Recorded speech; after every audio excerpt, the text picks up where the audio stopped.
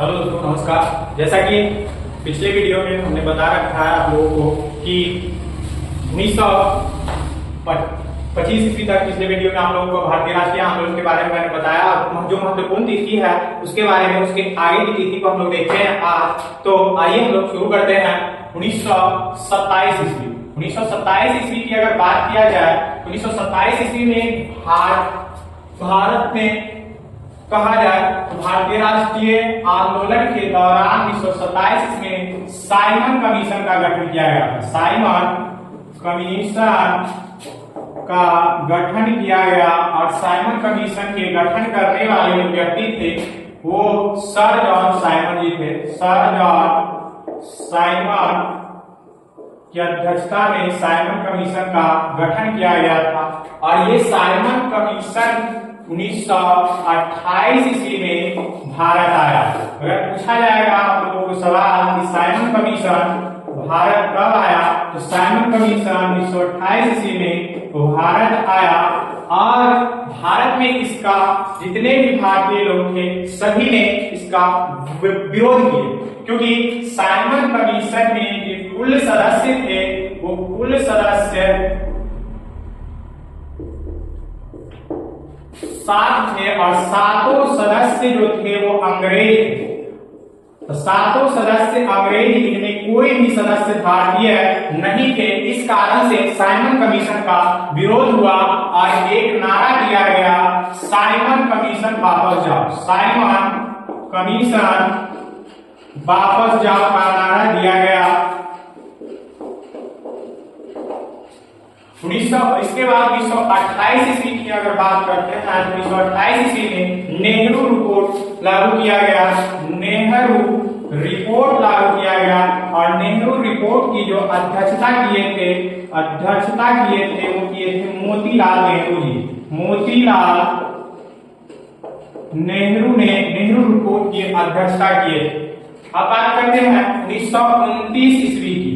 1929 का लाहौर अधिवेशन हुआ था और लाहौर अधिवेशन में पूर्ण स्वराज्य की मांग किया गया। पूर्ण स्वराज्य या स्वतंत्रता की मांग की गई और ये मांग किया गया था 1929 का लाहौर अधिवेशन के अध्यक्षता जो किए थे, अध्यक्ष जो थे वो जवाहरलाल नेहरू जी थे। जवाहरलाल नेहरू की अध्यक्षता में और 1929 ईस्वी में ही ये कहा गया था कि रावी नदी के तट पर तिरंगा झंडा फहराया जाएगा। रावी नदी के तट पर तिरंगा फहराया गया था 1929 के लाहौर अधिवेशन में। आगे बात करते हैं 1930 ईस्वी। 1930 ईस्वी में सविनय अवज्ञा आंदोलन की शुरुआत हुई। सविनय अवज्ञा आंदोलन की शुरुआत की गई और शुरुआत करने वाले व्यक्ति थे महात्मा गांधी जी। महात्मा गांधी जी ने सविनय अवज्ञा आंदोलन की शुरुआत की। साथ ही साथ यही सविनय अवज्ञा आंदोलन के साथ 12 मार्च 1930 ईस्वी को दांडी यात्रा का भी आरंभ शुरू किए। अगर बात करते हैं दांडी यात्रा की, तो जितने भी गांधी जी के सदस्य थे, गांधी जी के सहयोगी थे, वो कुल अगर सदस्य की बात करते हैं तो कुल सदस्य लगभग 78 और एक जो थे वो महात्मा गांधी को लेकर टोटल 79 सदस्यों के साथ इन्होंने लगभग 388 किलोमीटर पैदल यात्रा कर साबरमती आश्रम से इनकी यात्रा शुरू हुआ था और दांडी तक की यात्रा लगभग 388 किलोमीटर पैदल यात्रा कर समुद्र के पानी से नमक बनाकर गांधी जी ने, यानी महात्मा गांधी ने नमक कानून का उल्लंघन किए। नमक कानून का उल्लंघन किए थे। लगभग इन्होंने दांडी तक का यात्रा यानी दांडी पहुंचे थे 6 अप्रैल 1930 ईस्वी को ये दांडी पहुंचे थे और समुद्र के पानी से नमक बना करके नमक कानून का उल्लंघन किए। अगर बात करते हैं कि 6 अप्रैल 1930 से जो पहुंचे दांडी, तो दोनों के बीच टोटल 24 दिनों का सफर था। 24 दिनों की यात्रा किए थे गांधी जी और नमक कानून जो नमक बना करके उल्लंघन किए नमक कानून का, उनमें ये 24 दिन पैदल यात्रा किए। चलिए देखते हैं आप लोग 1931 ईस्वी की बात करते हैं। 1931 ईस्वी की अगर बात करते हैं तो 5 मार्च 1931 ईस्वी को गांधी इरविन समझौता हुआ था। गांधी इरविन समझौता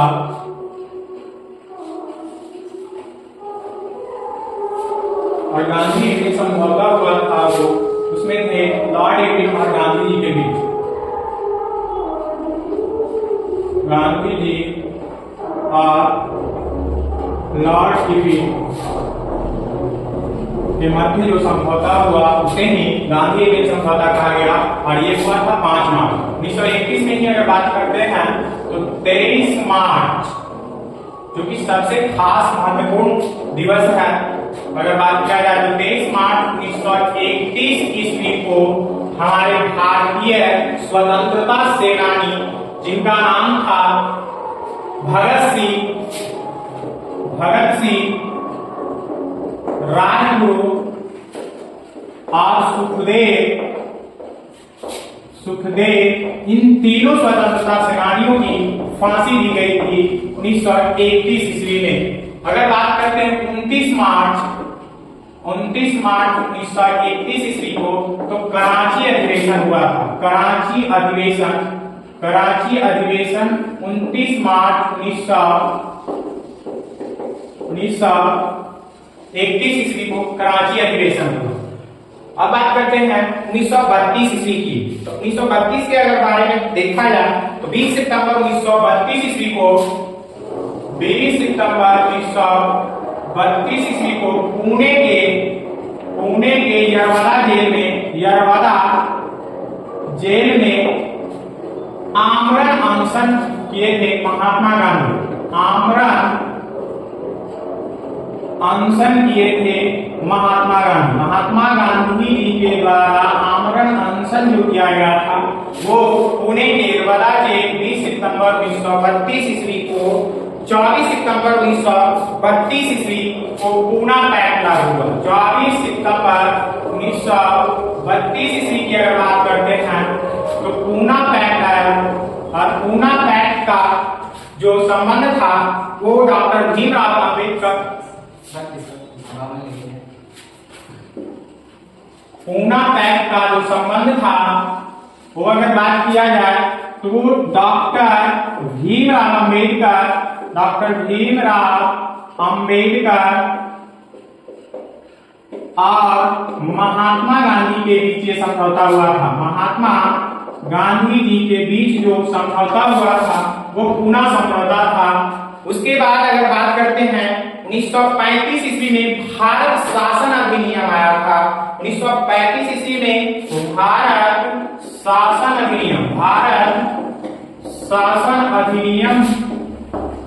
अधिनियम की बात किया जाए तो वो 1935 की बात हो।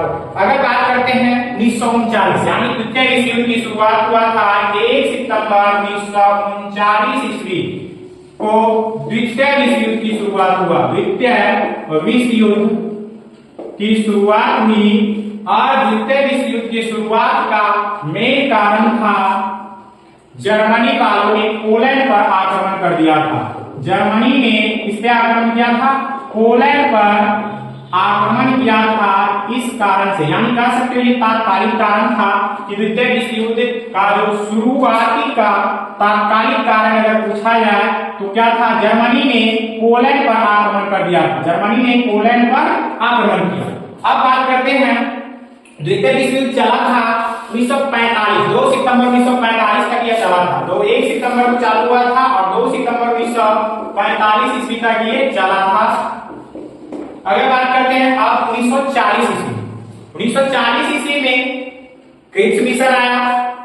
1940 ईस्वी की अगर बात करते हैं तो अगस्त प्रस्ताव आया। और बात करते हैं 1942 में क्रिप्स मिशन आया था, 1940 में अगस्त प्रस्ताव आया और व्यक्तिगत सत्याग्रह हुआ।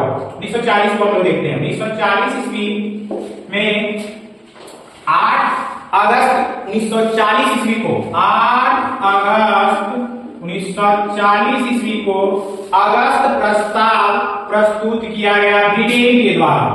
अगस्त प्रस्ताव प्रस्तुत किया गया किसके द्वारा? ब्रिटेन के द्वारा ये अगस्त प्रस्ताव प्रस्तुत किया गया 8 अगस्त 1940 ईस्वी को। और बात करते हैं 17 अक्टूबर 1940 को व्यक्तिगत सत्याग्रह हुआ। 17 अक्टूबर 1940 ईस्वी को व्यक्तिगत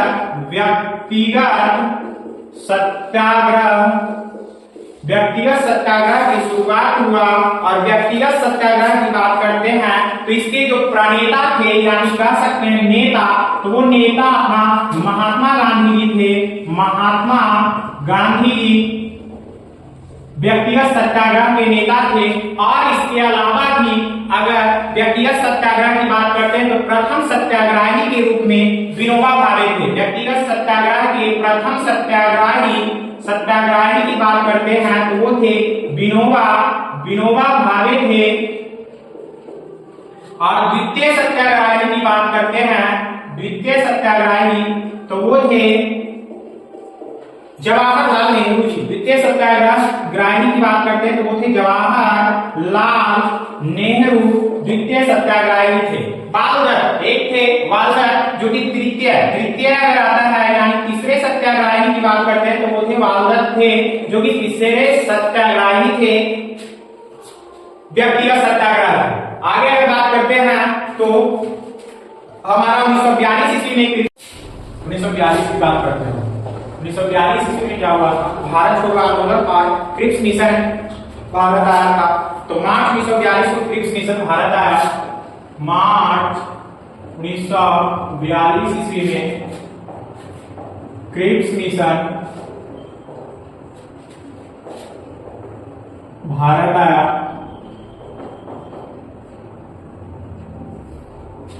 अगर बात करते हैं भारत छोड़ो आंदोलन तो 8 अगस्त 1942 को भारत छोड़ो आंदोलन का प्रस्ताव रखा गया। 8 अगस्त 1942 ईस्वी को भारत छोड़ो आंदोलन का प्रस्ताव रखा गया। और 9 अगस्त 1942 ईस्वी को 9 अगस्त 1942 ईस्वी को भारत छोड़ो आंदोलन की शुरुआत हुई। भारत छोड़ो आंदोलन की शुरुआत हुई, शुरू किया गया था 9 अगस्त 1942 ईस्वी को। अब भारत छोड़ो आंदोलन में ही भारत छोड़ो आंदोलन में ही महात्मा गांधी जी ने करो या मरो का नारा दिए थे। एक नारा प्रस्तुत किए जिसका नाम था करो या मरो का नारा। आपसे पूछ लिया जाएगा कि करो या मरो का नारा किस आंदोलन में दिया गया था, तो वो था 9 अगस्त को भारत छोड़ो आंदोलन में ही महात्मा गांधी जी के द्वारा करो या मरो का नारा दिया गया। और बात करते हैं 1945 में, तो 1945 ईस्वी में शिमला समझौता हुआ। शिमला समझौता की अगर बात करते हैं तो शिमला समझौता 1945 ईस्वी में हुआ। और 1946 ईस्वी में कैबिनेट मिशन आया। 1946 ईस्वी में कैबिनेट मिशन आया। और 13 दिसंबर 1946 ईस्वी को ही उद्देश्य प्रस्ताव पारित हुआ, जिसे प्रस्तावना भी कहा गया। 13 दिसंबर 1946 ईस्वी को उद्देश्य प्रस्ताव पारित किया गया। उद्देश्य प्रस्ताव पारित किया गया। ये पारित करने वाले यानी कह सकते हो प्रस्तावना बनाया गया और ये पारित करने वाले व्यक्ति थे जवाहरलाल नेहरू जी। जवाहरलाल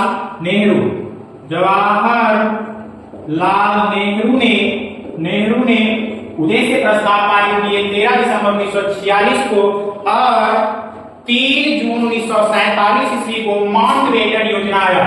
3 जून 1947 ईस्वी को माउंटबेटन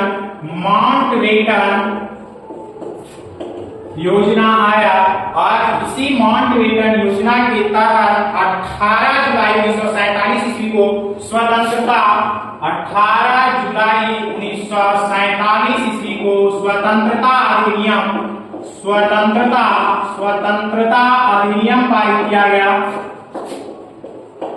और 18 जुलाई 1947 के स्वतंत्रता अधिनियम के तहत ही 15 अगस्त 1947 को भारत आजाद हुआ।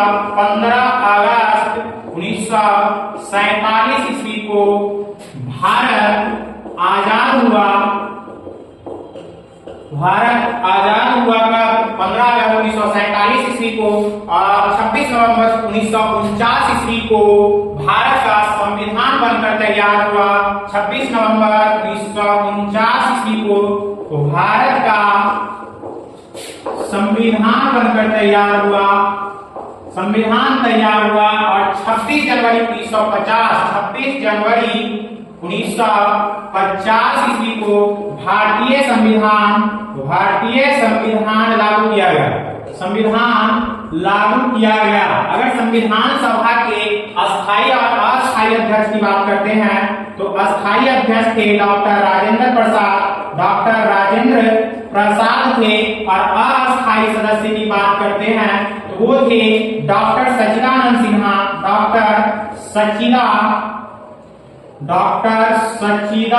सिन्हा अस्थायी सदस्य थे। अगर बात करते हैं भारतीय संविधान को बनाने में कुल समय की अगर बात करते हैं तो 2 वर्ष 11 महीने 18 दिन का टोटल समय लगा था।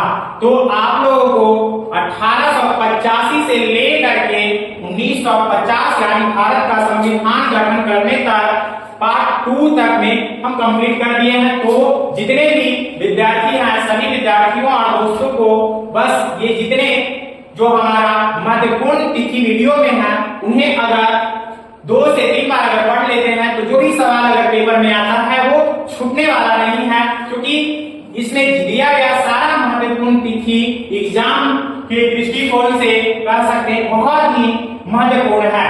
तो आप सभी के लिए ये वीडियो 1950 ईस्वी तक, बाकी नेक्स्ट वीडियो नेक्स्ट क्लास में लाएंगे। धन्यवाद।